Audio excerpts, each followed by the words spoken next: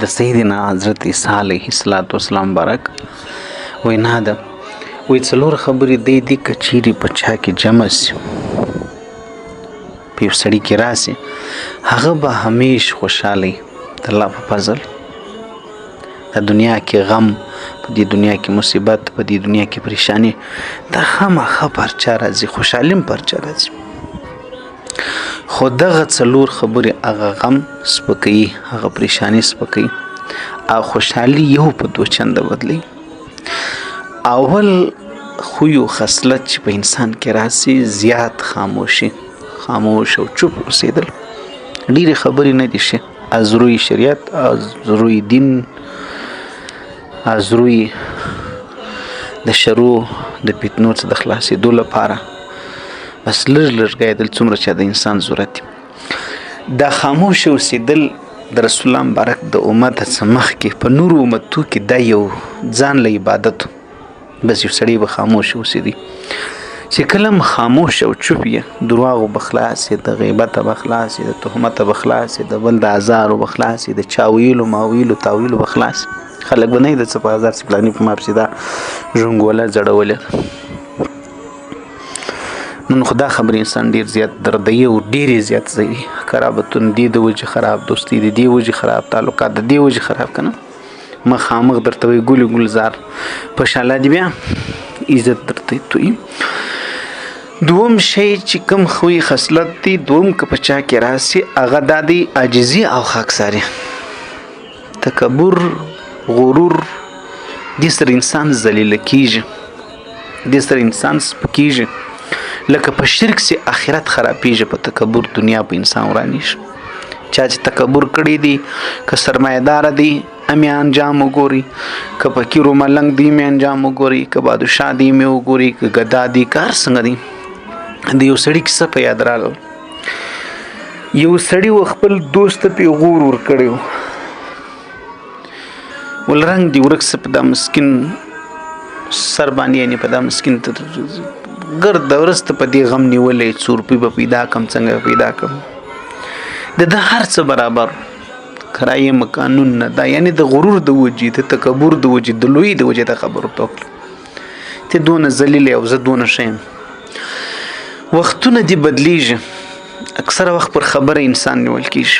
اکثره وخت. دغه سړی بیا یو وخت دې حال ته راورسېدی، د په کاروبارو کې تاوانون نه حل نه لسوکه سوکه. هغه مسکین په هغه ټیم کې دا ورته ویلي ول چې مه کوه، دا غټې خبرې نه دي ښې، دا د خدای ناراضۍ سبب کیږي. دا هر څه چې دی الله درکړي دي، ده ورته ویل چې نه دا زما کمال دی، تر تو ګور زما وګټې تو ګور زما وشی دغه مړی ژوند دی جوړ کړ. هغه سړي په هغه وخت کې خبر ورکړی چې مه کوه، د موعده هر څه الله کړي دي، د الله انعامونه یې سن شکرونه وباسه. ده ورته ویل چې ته ستا دا پرېږده. وختونه تېرېدل، همغه سړی چې د بادشاه په څېر دی ناست و، له هر څه د خپل ځان ګټه وټه بلله، هغه سړی هغه دې حال ته راورسېدی چې ملنګ سلو، بل ته په لاس نیولو سو. بس څو خدای دې باچا کولی سي، یقیني ملنګ کولی دې بل ته دې هم درولی سي. چې کله الله وغواړي هغسې کېږي.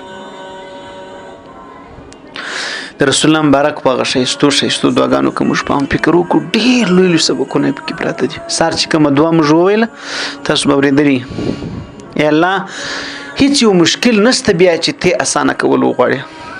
هېڅ یو مرضي نشته بیا چې ته جوړول وغواړې، فقیري نشته بیا چې انسان له دې راسي چې ته غنیتوب وغواړې د انسان، عزت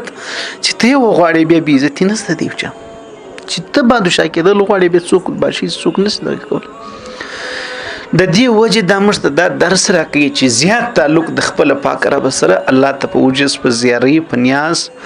الله ته په رجوع باندې تېرول موږ له پکار دي. سر به نه اخې، تکبر به نه کوې. تکبر عزازیل را خوارو کرد، به زندان لعنت و گرفتارو کرد. تکبر عزازیل وکړي، شیطان څه انجام یې سو. اوله ګناه چې سوی د تکبر دی، دول انا خیر منه، زه د آدم علیه السلام نه غوره یم. په دا ښه سړیتوب کې اول ټکی دا دی چې ته به دا د ځانه باسې چې زه ته څه شي، هېڅ په خپلې ګېډې اختیار نه وي،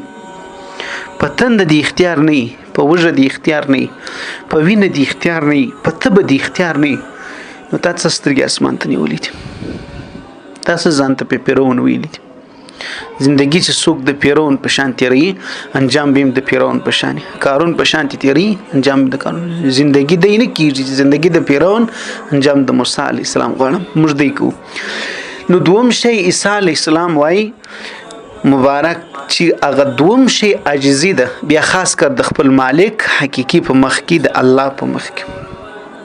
تا ته به پته چې الله څومره قادر ذات تا ته به پته چې دا زه اسم نیم الله ارڅ کړي عاجزي حق سره دا عاجزي در ټولو لوی نشانه ده د حق خبرې ته به تسلیمېږي ولو که د یو ماشوم او پاگل او نیونی استاد د سر د دشمن او د شیطان څخه واوري حق خبره مني درېمه خبره که په چا کې رااله هغه د دنیا څخه بیرغبتي د دې دنیا مثال داسې پوهانو مشرانو بیان کړی دي لکه بیا د بي دي ما پیغه خزدک ک تاسو لیدلی یا ګرړی چې ګیرړی والا مرته ورته یار شي چې ورته د نجاست ګرړی ګلی د دې دنیا مثال په دې زمشته په ژوند کې دی یو شکل د خدای نعمت د چې د خدای لپاره یو شکل عذاب ده چې د شیطان او د نفس او د دغه لپاره مثال چې کوم فخر او ریا او تکبر ته د خو دي غرغر کوي تبا کوي دي موږ خو غواړو د انبیاو باندې ایمان راوړي دي خو د انبیاو خبرې یا د انبیاو ژوندۍ بیا موږ نه تیرو دا ولاړه سي خواري وکړي د ډیر لري زه خپل هغه کور له دا شی غټ جوړ کې راوړي خو چې کور تر ورسېږي کوم نصیبه هغه د نن پاتې شي هغه د باندې پاتې شي د نن زین لاړ دا خپل کور ته نسی داخله ولې در مرګ پرې چې ورلې هر څه بدر نه پاتې ته د خپل سول لزنه وځي بیا د بيدي مافي هغه یو شاعر د رحمان بابا شعرونه د ما څهیر دي وای مار چې سړی لر راسي ورته سمسي انسان مار په دې سړی باندې کو جوړ نسی نه وتلې سړی چې سپنجري سي څه باید سوچو کی څه باندې ورځ تیری څه سوچو کی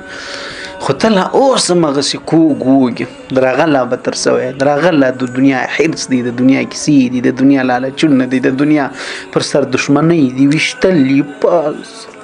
څه حال دې زمشتي په پښتنو کې خدای غضب دي چې په دې زمشتي په باز انسانانو باندې نازل شوی دي عزیزانو نو دویم شي هغه بي رغبتي ده دنیا دی ضرورت شي د ستا په کور کې د وداسه زید ضرورت دی خو ته الته نه پکې وې د کېږي د ضرورت ذکر دي بس کار دغه سي د ضرورت اوري وساته کشته په وبو کې چلیږي خو په نس کې ناچي کی واچولې غر کیږي سلام شي عیسی علیه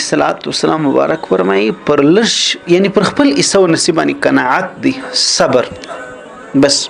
د دنیا او افسرانو د دنیا او شاهانو د دنیا او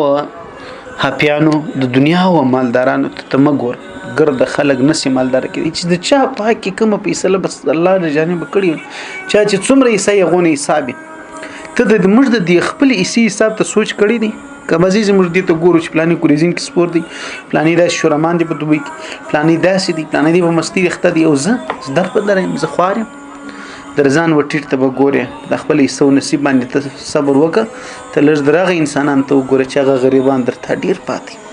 ته په خپل کور کې ناشته هغه د خپل د کور د سر د سایه پارمان دي ستا په څیر انسانان دي ستا په څیر غوښې لري ستا په څیر سترګې لري ستا په څیر د مور پلار پیدا دي ستا په څیر د خدای بندگان